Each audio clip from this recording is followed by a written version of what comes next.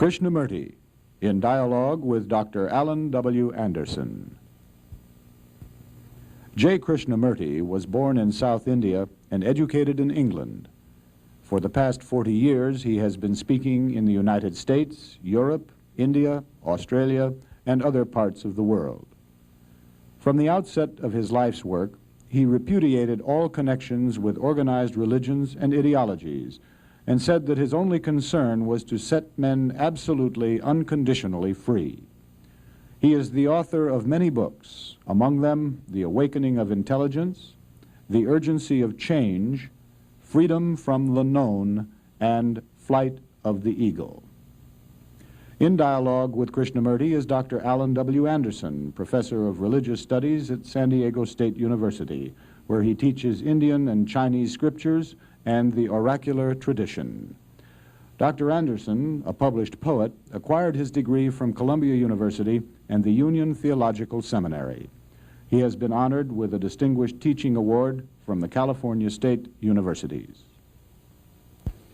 Mr. Krishnamurti, in your book, Education and the Significance of Life, you write about discipline.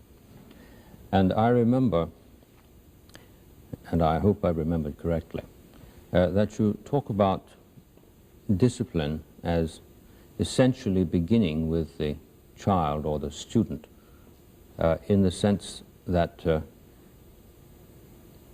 the child must be helped to see the cause of his behavior. But now the teacher is the one who helps him do this.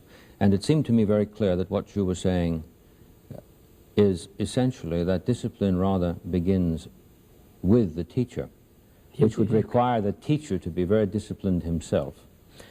And what does it mean, not simply to admonish the child, but to try to penetrate into the cause of his misbehavior? So what do you mean by that word discipline? What does that word mean actually, as it is generally accepted? I think it usually means training. It has to do, of course, etymologically with teaching. Teaching, yes. Yes. That's what I was going to say. It has to do, yes, this disciple who learns from the master. It's an act, it is a way of learning, not conforming to a pattern, not subjugating oneself to an ideal, to suppressing oneself in order to be something. I mean, the general meaning as it is now used, it implies conformity, suppression, comparison, drilling oneself in order to fit into a particular, like the military discipline and so on, so on, so on. All such disciplines must invariably create conflict in the human being. If the child, let us say, very small, is taught the alphabet and how to trace the letter, yes. He must make an A when he's trying to make an A, not a B. No, no. Now, are you suggesting that in trying to make this A and holding to the form of A, that he necessarily will generate conflict? It probably does, but I would rather, if I may suggest, look at it from the point of view of the educator, rather than the child. All right. Shall we? Yes, please. What is the function of an educator? Not the educated, not the student, not the child, but what is the function of an educated teacher? Well, I had always thought it was twofold. On the one hand, to draw from the person some manifestation of his latent capacity And on the other hand, to teach him something different from what he knows now. We are talking about the educator, Yes, the we're teacher. talking about the educator. Not the child or the student, No. educator. The educator, the one who educates, I had always thought had this twofold responsibility. Which is? On the one hand, to draw from the student. No, I'm not talking of the student at all. Well, one who is an educator. What is the function of an educator? If I am a teacher, what is my function? What is important? To avail myself to the student in such a way that the student can learn. Which means the educator must establish a relationship with the student. Yes. Which is not hierarchical, authoritarian, you up there and me below, but a relationship of mutual inquiry, study, sharing, communication, all that's implied in the educator, isn't it? If you are a teacher, as you are, sir, I am a student.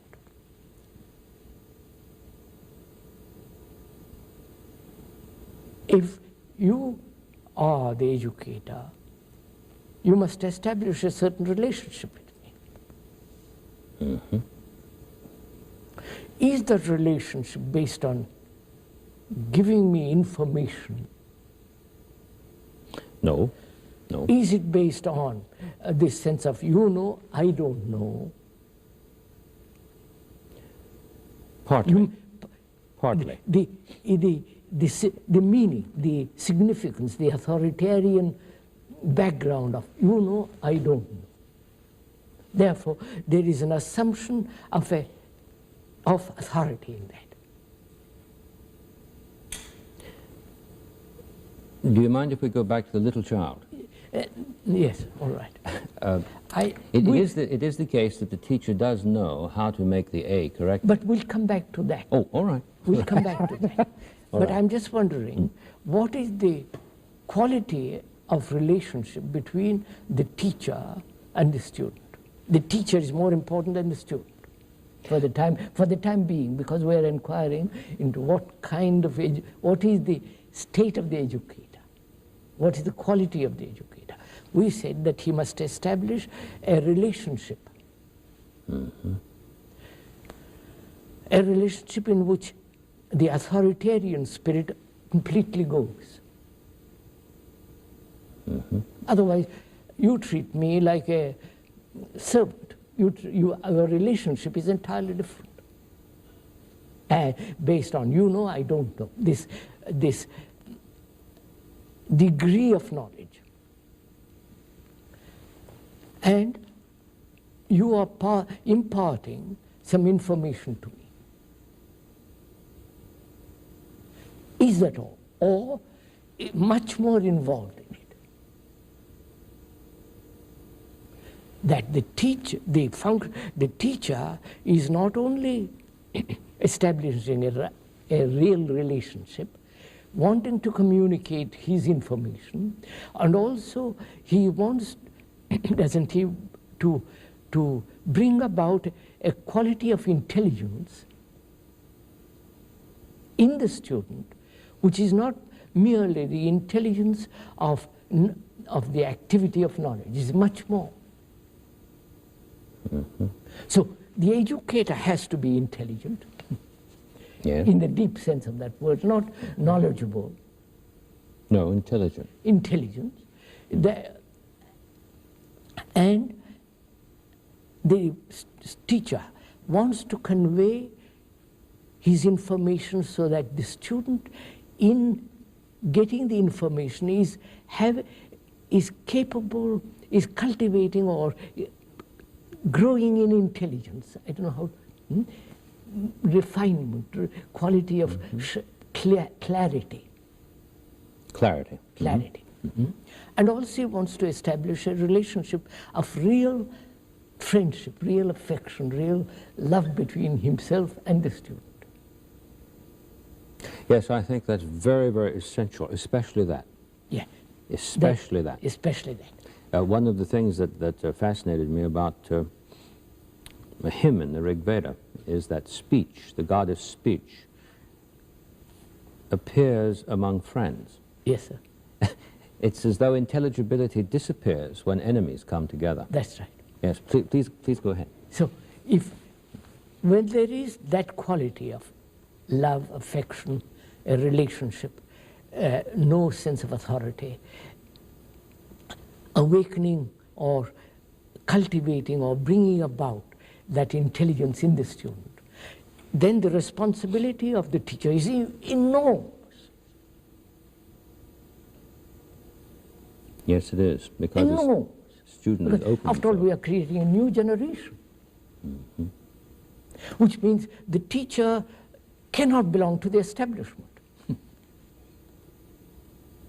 Establishment in the sense, the orthodox, the social acceptance, he must be vitally different in himself from the rest of the world. He must be himself. Himself. I'm not himself. That brings in a difference. Yes, thing. no, I know what you mean. But he must be authentic. He must be authentic and integrity. I mean, it's not just say one thing, do it, so that when in the presence of the teacher, the student feels completely secure. Mm-hmm. Mm-hmm. Because with the teacher, he's at home. Not with the family, because the family is too, they have their own problems, their own ambitions, their own greed, they're fighting it. With the student, with the teacher, feels, now at last here is somebody who really cares. This raises a question I should like very much to ask you, Mr. Krishnamurti, about two apparently radically different notions of education. I've always been very impressed with the understanding that I think Indian culture has about the need for the student to abide with the teacher on the basis Yes, that's the old tradition. Of true interpersonal relationship. He lived in the house of the teacher. Yes. He was part of the family of the teacher. Yes, yes. He was brought up with the teacher's children, so that he was the parent. Mm-hmm. Not the mother and father, but he was the real parent who cared for him immensely. Mm. Mm. And when you establish that kind of relationship with a student, I want to learn from you. Mm-hmm. I want you to tell me. I'm awfully eager to find out what you know. Then when you write the A, it has quite a different feeling in it. More than a copybook, eh? Yeah, yes, I follow you. And then also,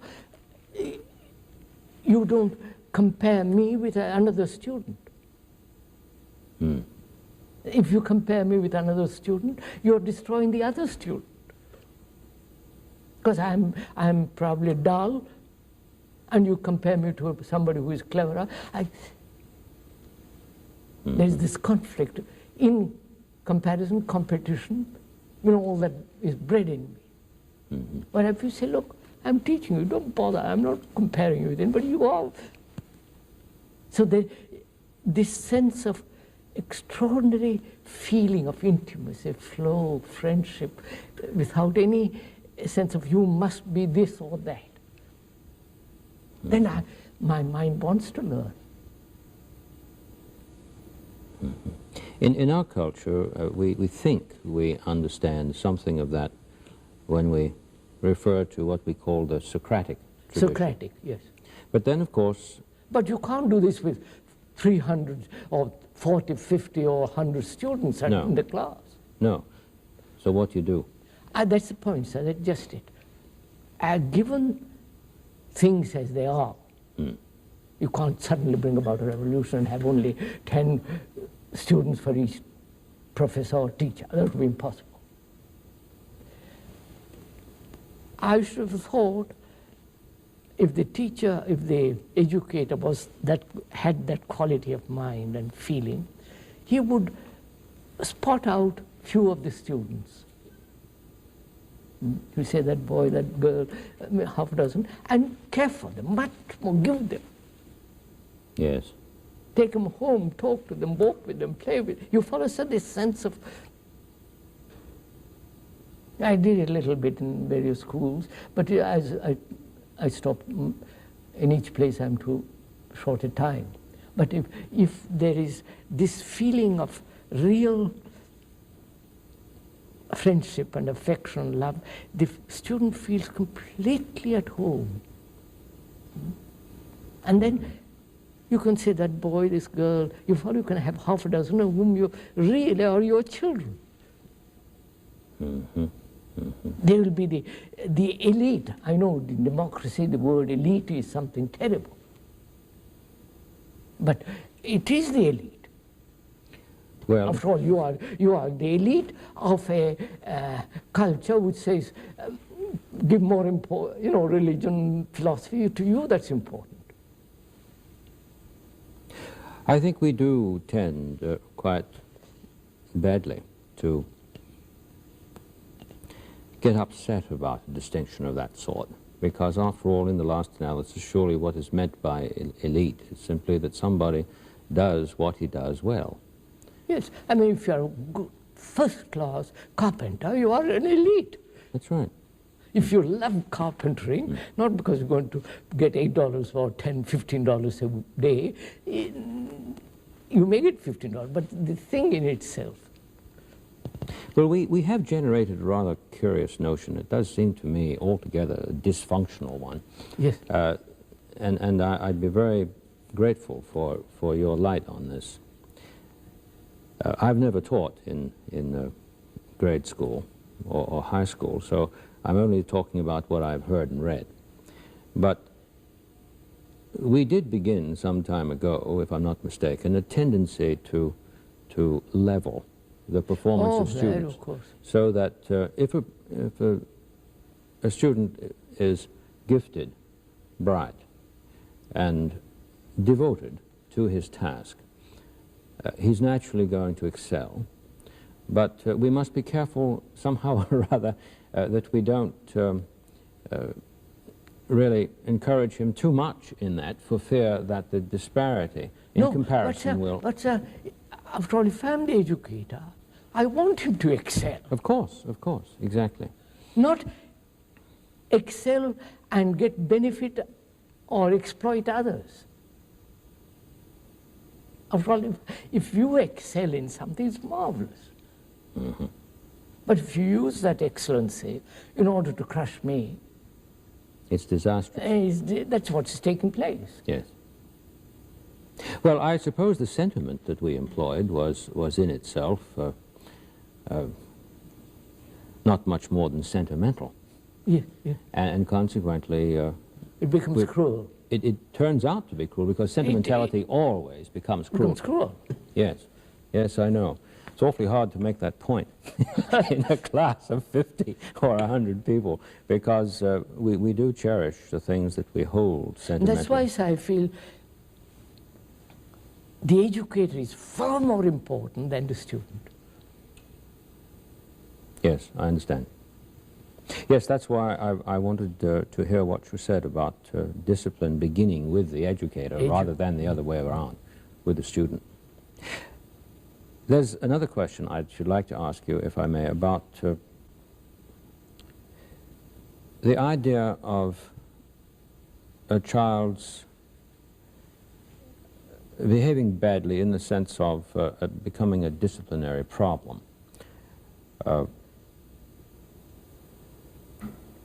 On the one hand, there's a clinical approach to that, in which one might say, well, now let's get behind it. Let's look into the cause of it. Cause of the analytical process, yes. But is bad behavior necessarily caused? Would it not be quite possible for somebody just to decide that he's just going to behave badly? And then it becomes a neurotic. It is quite a different thing. But why does, in the modern world, children are so violent, Yes. so disorganized? So, you know what they are, you see them all over the world. Why? Is it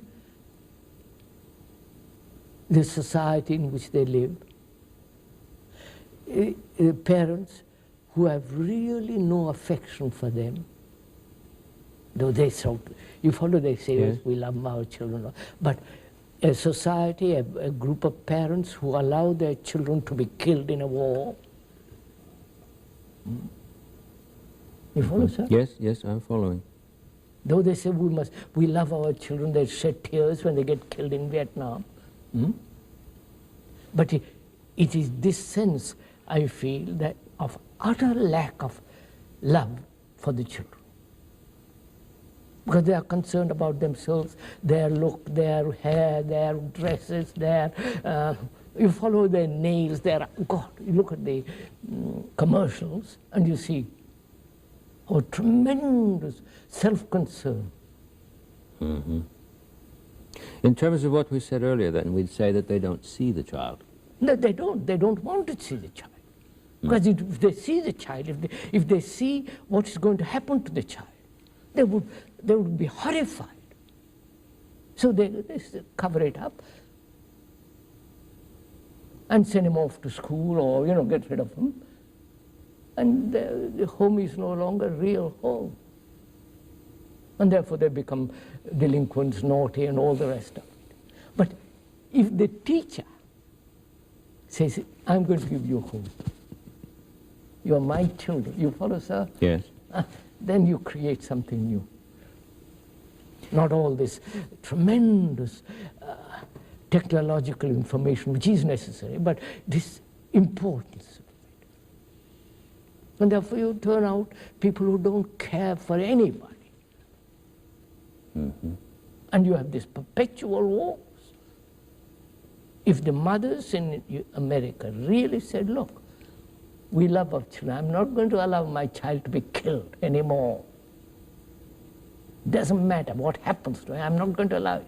The war would end tomorrow. But they don't care. They care for their security, for their pleasure. You follow the whole Yes, I do. ugliness of self-concern. For a long time, we've had the notion in education that how to teach can be taught. We speak about professional education. I know. And sometimes the disagreements between the academician solely on the one hand and the man of the classroom on the other become rather severe. But in your view of education, would it be the case that you could really teach someone how to teach? I think so. So what is the point of education? Why do I want to be educated? Why should I be educated? To fit into this thing? To be killed? To fight for the rest of my life? Die fighting and die with endless problems in myself? What's the point of education? I know several people who are top mathematically, philosophically, taking work, and their life is so shoddy, meaningless. They know it. And they say, my God, why did I ever even go to a college to end up like this?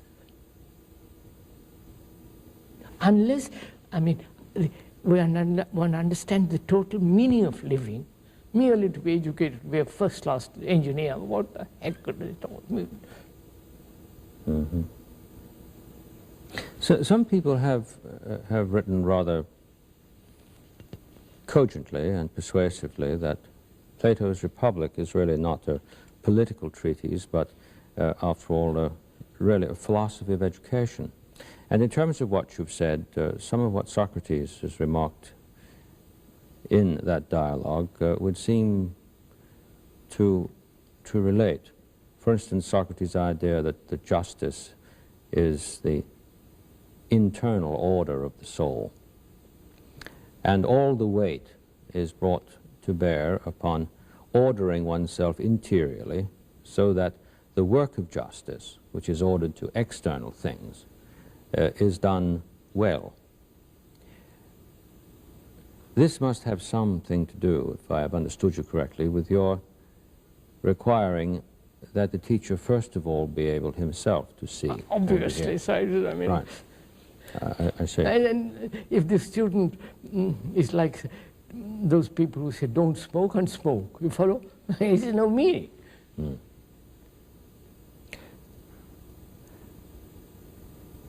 So, and also, sir, in this question of educating, comparison is destructive, obviously, between two students or... And also, this whole idea of concentration. They must learn to concentrate, to study. You know, and therefore there's this tremendous effort made to concentrate. Isn't there a different way of doing this? Instead of forcing a child or a student to learn concentration. You understand, sir? Yes. Yeah. Is there not a different approach to this problem altogether? I think there is, because I've talked a little bit about it in schools, various schools I go to. I think there is too. But perhaps if we look at it in the round, what is very difficult is to bring together integrally, on the one hand, the activity of education, which has its end in itself, not outside itself. Quite. But training always has its end outside itself. So, for instance, the athlete, he practices to run, not simply to be running, but to improve his running. Now, he tries... And the improvement in comparison with somebody who has run faster. No, just the record. That's a record. Yes, with the record, same thing. yes. But not in comparison with that person. No, with the record. With the record, yes. You know, the person is forgotten. Right. It has to do with the idea that I must take pains to do better than I'm doing now. So, no, please go ahead. I mean, I love what I'm doing. All my life, I really love what I'm doing. Oh, I believe that. I wouldn't do anything else. I couldn't for money or for nothing. I really, this is for me breath. I don't want to excel in it. I don't want to beat the record established by Buddha, Jesus, or X, Y, Z. I don't want to become somebody, popular, unpopular, or this. That doesn't really interest me, because I really love what I'm doing. The love of what I'm doing excludes everything else. And that very love is the highest form of excellence. Yes. Yes, it just occurs to me, it's a loving thing to see you love it. Yes, I do understand. And that if the educator can convey this feeling, not to the 300 students, but to the 10 who he feels are can do something, they will, you follow, they will excel without competing, without saying I must beat the record. Love makes one tremendously efficient. I think a good deal of the objection that students make to grades, those who don't like to receive grades, is based largely upon this notion of a personal comparison between themselves and another.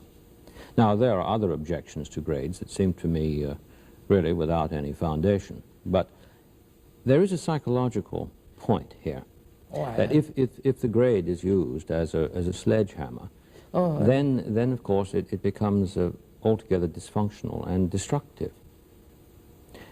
Still, I would not go so far as to say that grades as such are useless, since if the teacher relates to them adequately, he is telling something to the student about the student's own performance with respect to a given task. Yeah, I understand that. But you as a teacher had 5 students or 10 students in the real sense. Yes. You would help one of those 10 to love the thing he's doing, whatever it is, gardening or whatever it is. Yes. And there is no grade in that. The more I learn, the more I love. I don't say, well, you must have a grade in your mind about me. You watch me.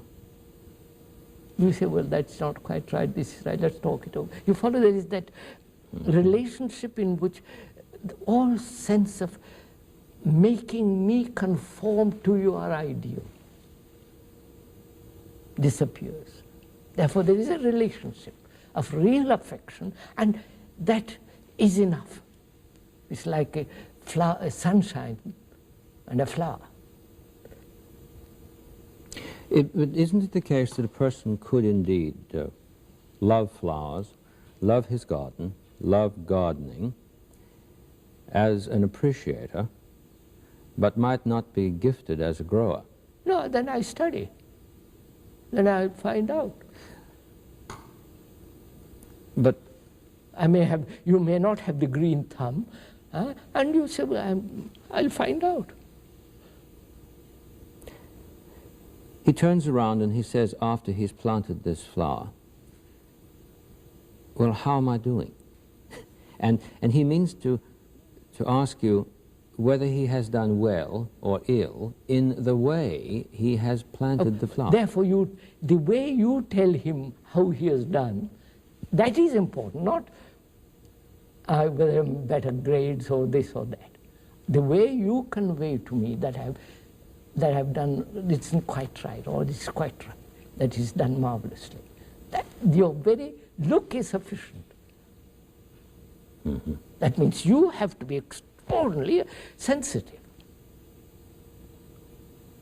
Yes, yes, yes. I know how very true that is, because oftentimes one has the feeling that a student who might not be too gifted nonetheless does have a capacity which still stands to be reached and actuated. Yes, sir, but you see the difficulty. All religions are based on this comparison. Eventually reach the foot of God or sit next to God. They're all the priestly hierarchical methods. The bishop, the priest, the bishop, the archbishop, the cardinal. This whole hierarchical sense is a competitive sense.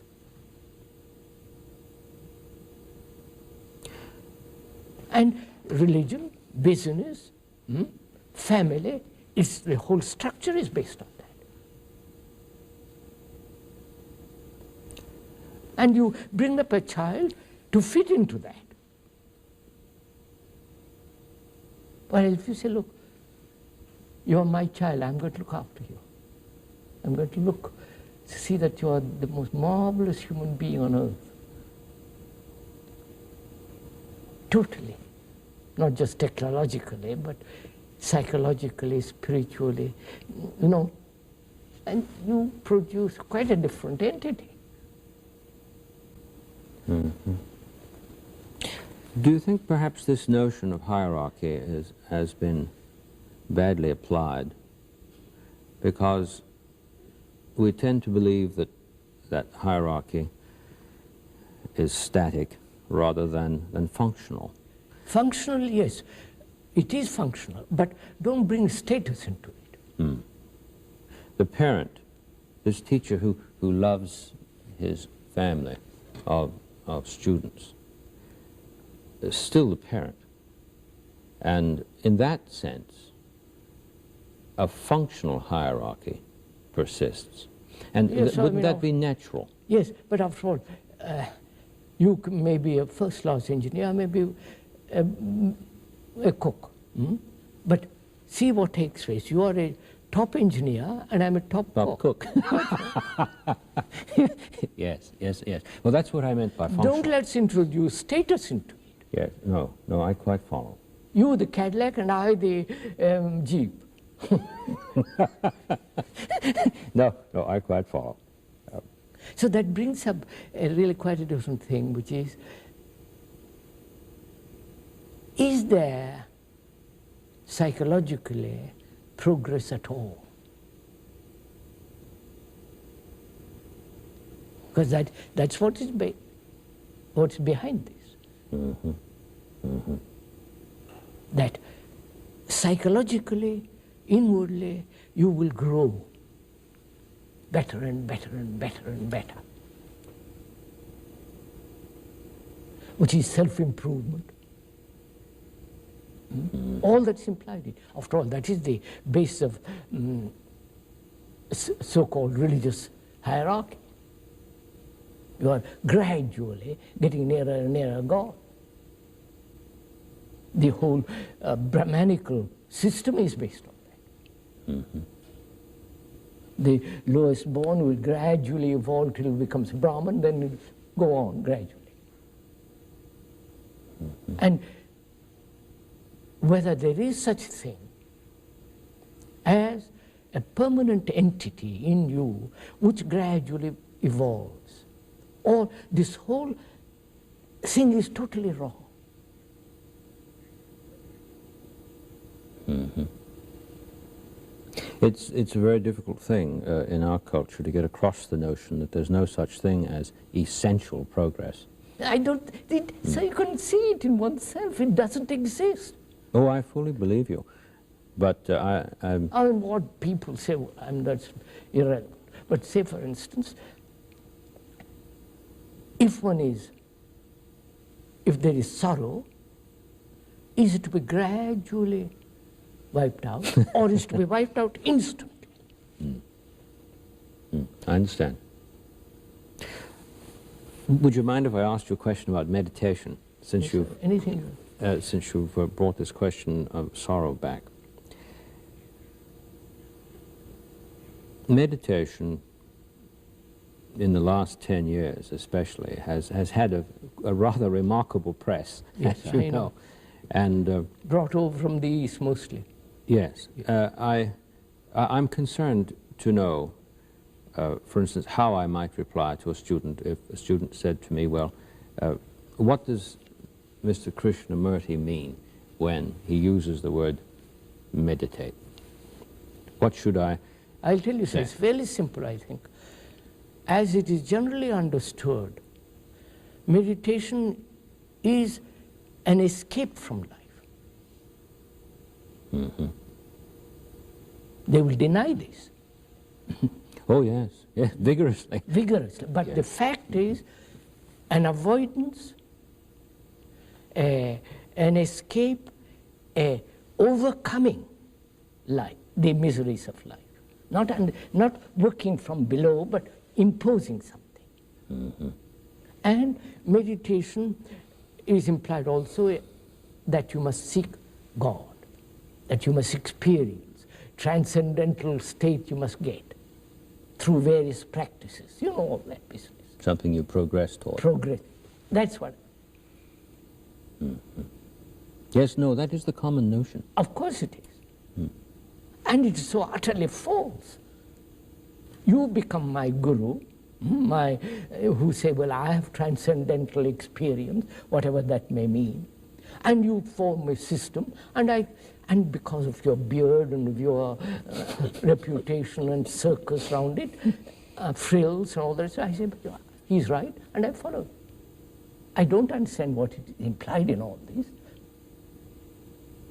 Whether it's a personal experience. If it is your personal experience, I don't want your personal experience. It doesn't mean a thing to me. Because you might be deceiving yourself. Obviously you are when it's personal. God is your personal experience. It is a really amazing thing how many students these days have got it into their heads that there's some external something that they can begin to do in order to achieve this end. So I had a student, you know, who came to class and he wore a little bell, a little Tibetan bell. And the jolly thing, of course, would shake every time he moved in class, and it bothered a few other students. And I waited a few days. I thought maybe the novelty of it would wear off. And one day I walked up to him and put my arm around his shoulder and said, you know, it might be that the bell is wearing you. And he didn't wear it anymore after that. He was capable, though, of grasping that point. Quite. He wasn't offended, fortunately. No. But that's very encouraging. He did grasp it immediately. Maybe we could say he saw at the moment, and the bell went. It wasn't a gradual getting off the bell. That's all. Not wearing the bell 3 days, and then 2 days, and then 1 day. No. Quite. Yes, I understand. Well, then what is meditation? Yes, what is it as such? Then if so that's what I feel, one has to negate all the dictum, all the sanctions, all the things human mind has invented about God, about meditation as a means to reality. Negate all that. Because it's just a human invention. I mean, all the rituals, all the ceremonies, all the paraphernalia that goes on in churches is all put together by human minds. It isn't. Therefore, why should I accept a thing which human minds have put together? They are as deceived as I am deceived. Therefore, the thing is meditation is to cleanse the mind of every form of deception. At that point, then, it would be correct to say, even if it's only a partial statement, that it is a clinical activity. Or clinical in the sense non-analytical. Yes. Because when you told that student, bell is wearing you, that's not clinical. He saw it instantly. Whereas our minds are used to clinical, analytical way of going at it. So meditation is this instant perception. And that requires a great sensitivity of the body. Yes, it does. I mean, alcohol, meat, drink, all that stuff has to put aside for a while. And you have to have a very clear mind, sensitive mind, to say when about the bell, I saw it, the boy saw it instantly, therefore dropped it. So meditation is, in the real deep sense of the word, non-clinical, non-analytical, but seeing things as they are in myself. What I am, self-knowing. And the conflict which the self creates see the truth of that and end it. All that is part of meditation. And also having a really quiet mind, not cultivated quiet mind. Because it's only when the mind is quiet you see things clearly. If my mind is chattering, I can't see the carpet so clearly. Yes, you seem to suggest what we might metaphorically refer to as the tranquil lake that reflects perfectly the shore. Yes, but there's no reflection here. No, that's where the analogy breaks down. Yes, yes. I meant the lake in the Shirley, wholly receptive capacity. Lisa, let's be careful in this word, receptive too. What is there to receive? Who is receiving? There is what is. So the mind, after establishing real order, and that real order can only be established when it has investigated disorder in itself, and the investigation and the understanding of that disorder brings order, not imposed order. That's the miracle. Yes. Then that is established, then the mind, in the process of that, mind becomes very quiet, very still. Then what is there to reflect? Or that very stillness has its own momentum, its own energy, its own activity, which is not, which cannot be put into words. There is, mind when it is quiet is not a dead mind. No. It's not a vegetating mind. It's a mind very, very alert, very active, very alive, and highly intelligent, sensitive.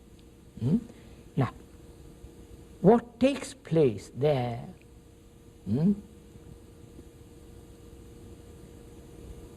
in that state of stillness is a momentum of a totally different dimension.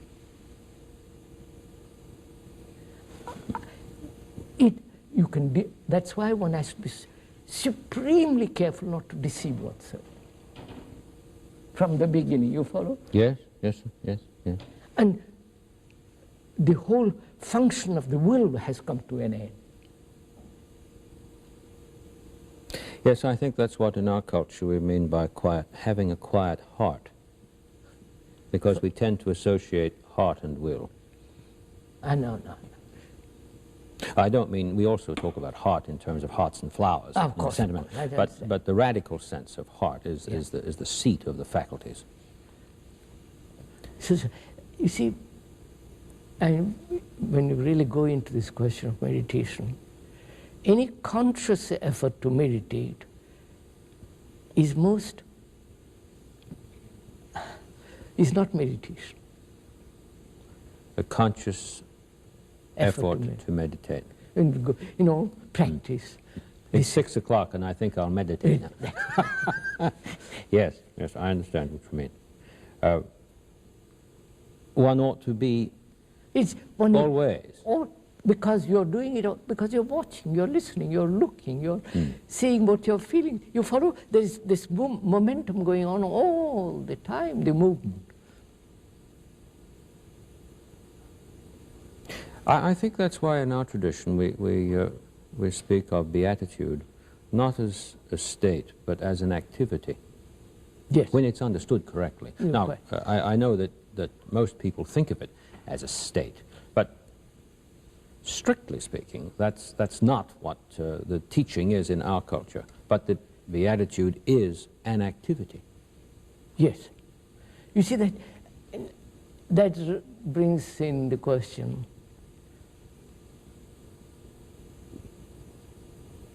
whether there is a reality which is not which cannot be grasped by the mind. What is the relationship of the mind? Mind being the intellect. Apart from the heart. What is, has it any relationship to reality? Or when the mind and the heart and the whole being is one, harmonious, then there is a relationship. But to try to find if there is a relationship with the intellect in the sense analysis and all that, that has no relationship with the whole. It's only when there is total harmony of the body, the heart and the mind, then in that state there is a relationship with truth.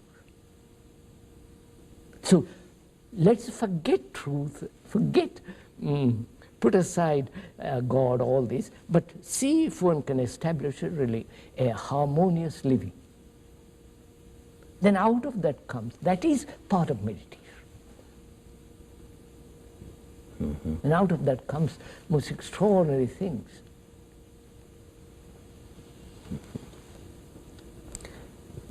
A misapplication of the will then would corrupt this capacity. Yes, yes, I quite follow. The idea of meditation as something that is truly ongoing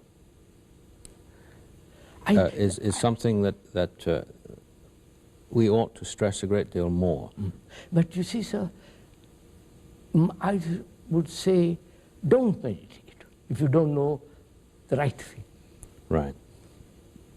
Because all these gentlemen come over from the East and teach the meditation. Meditation schools, centers, all the rest of it. It is all such. We've hooked up another freight car. Yeah, another addition.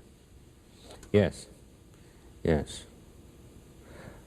That's why self-knowing is so much more important than meditation. If in the understanding of yourself, not through analysis, clinically, but understand yourself, see exactly as you are. Therefore, give total attention to what you are. Find out, you follow, sir? Yeah, that does effect a purgation. That's what I meant by the word clinical before. Not clinical as a technique, but in its effect, it's clinical in the sense that a purgation has occurred. And now things... After all, wisdom is self-knowing. There is no wisdom in a book. The understanding of oneself totally is wisdom. And without that, meditation means absolute, it's childish. Do you think we might go back to try, at this point, to relate love to what we've been saying? Earlier, I seem to remember remarking that the Rig Veda has the goddess speech appearing among friends. We speak of philosophy as etymologically concerned in the love of wisdom, and yet perhaps in a deeper sense it might be that one can't do it except one loves and is among those who love. No, after all, love of something is not love.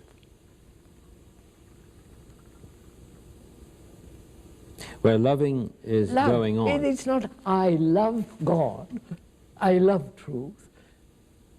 If you say, I love truth, then you don't love. But with us, love is greatly involved in pleasure.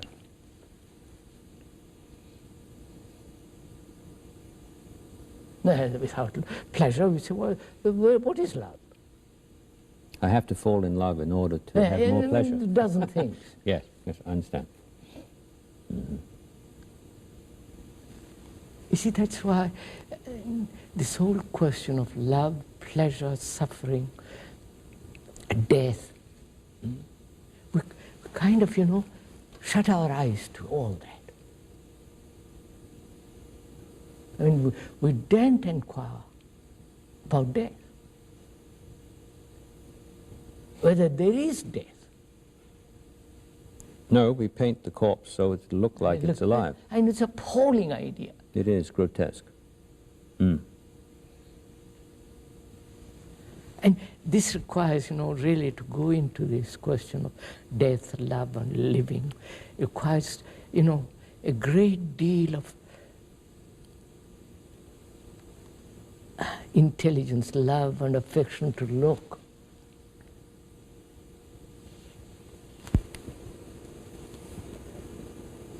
You see, I just happen to remember a very beautiful story that I think the Sufis tell about Jesus, who, walking with some persons, came upon the corpse of a dog, and mortification had already set in, and decay, and so the shock of the stench caused them to walk across the street. Jesus didn't. He stopped and looked, really looked at the dog. And when he caught up with them, they wanted to know how he could stand it. And he said he was looking at how beautiful the teeth were. That story has always meant a great deal to me, because it seems to indicate that if one sees with that intensity. That's what we were saying at the beginning. Yes. This quality of attention in which there is no division. So, you see, it does take place when the scientist is examining something. He's examining through a microscope. He's completely, you follow? There is no division as me, the professor, me, the great Nobel Prize winner, who is looking through a microscope. He is looking. And I think that quality of looking, it can be conveyed to a student, which is to look as before he enters the class, the whole world, look everywhere. The trees, the birds, the ugliness of, look at everything. Then when you come into the room, you have looked, and you carry on with that look. Yes, it reminds me of when I first took chemistry, how in the classroom I was hearing all about the molecules and atoms and so forth, and there was a very beautiful tree outside, and I would wander looking at this tree, and the thing that disturbed me very much was somehow we weren't getting the molecules and the tree together. No, I would look at the tree completely. Yes. Give your whole attention to the tree. Then look at the molecules. Right. So that there is no division between the tree and the molecule. You've given your attention to the tree, and you've given your whole attention to the molecule. Yes. Then you follow, so then there is no conflict. There is no division. It is this division, inwardly and outwardly, that creates such havoc in the world.